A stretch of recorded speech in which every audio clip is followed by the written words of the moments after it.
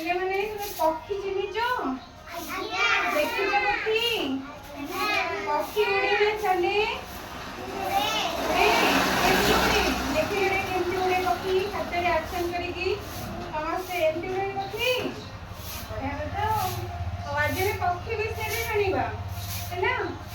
ଏଇଠି ଦେଖ ଏ ପକ୍ଷୀର ନାଁ ହଉଛି କଣ? ମୟୂର। କଣ ଏ ପକ୍ଷୀର ନାଁ ହଉଛି ଶୁଆ। ଶୁଆ ଦେଖିଛ? ଦେଖିଛ ଶୁଆ? ଶୁଆ ଶବ୍ଦ କରେ ନା କରେନି? କରେ। ଏ ପକ୍ଷୀର ନାଁ ହଉଛି ପେଚା। ଏ ପକ୍ଷୀର ନାଁ ହଉଛି ଗରୁଡ଼। ଏ ପକ୍ଷୀର ନାଁ ହଉଛି କୁକୁଡ଼ା। ଏ ପକ୍ଷୀ ବି କୁକୁଡ଼ା ହେଲା। ଏ ପକ୍ଷୀର ନାଁ ହଉଛି ପାରା। ଏ ପକ୍ଷୀର ନାଁ ହଉଛି କଣ? ବତକ। ଏ ପକ୍ଷୀର ନାଁ ପିଲେ କଣ କହିଲ? କାଉ। କାଉ କେମିତି ଶବ୍ଦ କରେ? ମୁଁ କୁ କରେନି, କା କା। କେମିତି ଶବ୍ଦ କରେ? ଏ ପକ୍ଷୀର ନାଁ ହଉଛି ମାଛରଙ୍କା। କଣ? ଏ ପକ୍ଷୀର ନାଁ ହଉଛି ଘରଚଟିଆ।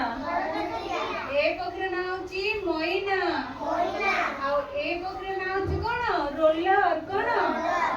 ଏ ପକ୍ଷୀର ନାଁ ହଉଛି ଟର୍କି। କଣ? ଟର୍କି। ଏ ପକ୍ଷୀର ନାଁ ହଉଛି ଚିଲ। କଣ? ଏ ପକ୍ଷୀର ନାଁ ହଉଛି ପିଲେ ରବିନ୍।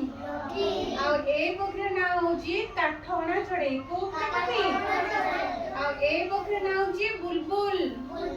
ଏ ପକ୍ଷୀର ନାଁ ହଉଛି କିୱି। କଣ? ଏ ପକ୍ଷୀର ନାଁ ପେଙ୍ଗୁଇନ। ଏ ପକ୍ଷୀର ନାଁ ଓଟ ପକ୍ଷୀ। ଏ ପକ୍ଷୀର ନାଁ ହଉଛି ଶାଗୁଣା। ଶାଗୁଣା ଆମ ପରିବେଶକୁ ସଫା ରଖିଥାଏ, ମନେ ରଖିବ ପିଲେ ହେଲା। ଏ ପକ୍ଷୀର ନାଁ ହଉଛି କଣ? ଗୁଣ୍ଡୁରି ଚଢ଼େଇ। କଣ? ଆଉ ଏ ପକ୍ଷୀର ନାଁ ହଉଛି କୋଇଲି। ସବୁଠାରୁ ମଧୁର ସ୍ୱର କାହାର? କୋଇଲିର। ଏବେ ଦେଖିବା ମୁଁ ଯାହାକୁ ପଚାରିବି କହିବେ ସବୁ। ରାନୀ ଛିଡ଼ା ହେଲ। ଏ ପକ୍ଷୀର ନାଁ କଣ କହିଲ? ଭେରି ଗୁଡ୍ ବସ। ସିପୁନ ଛିଡ଼ା ହେଲ। ଏ ପକ୍ଷୀର ନାଁ କଣ କହିଲ?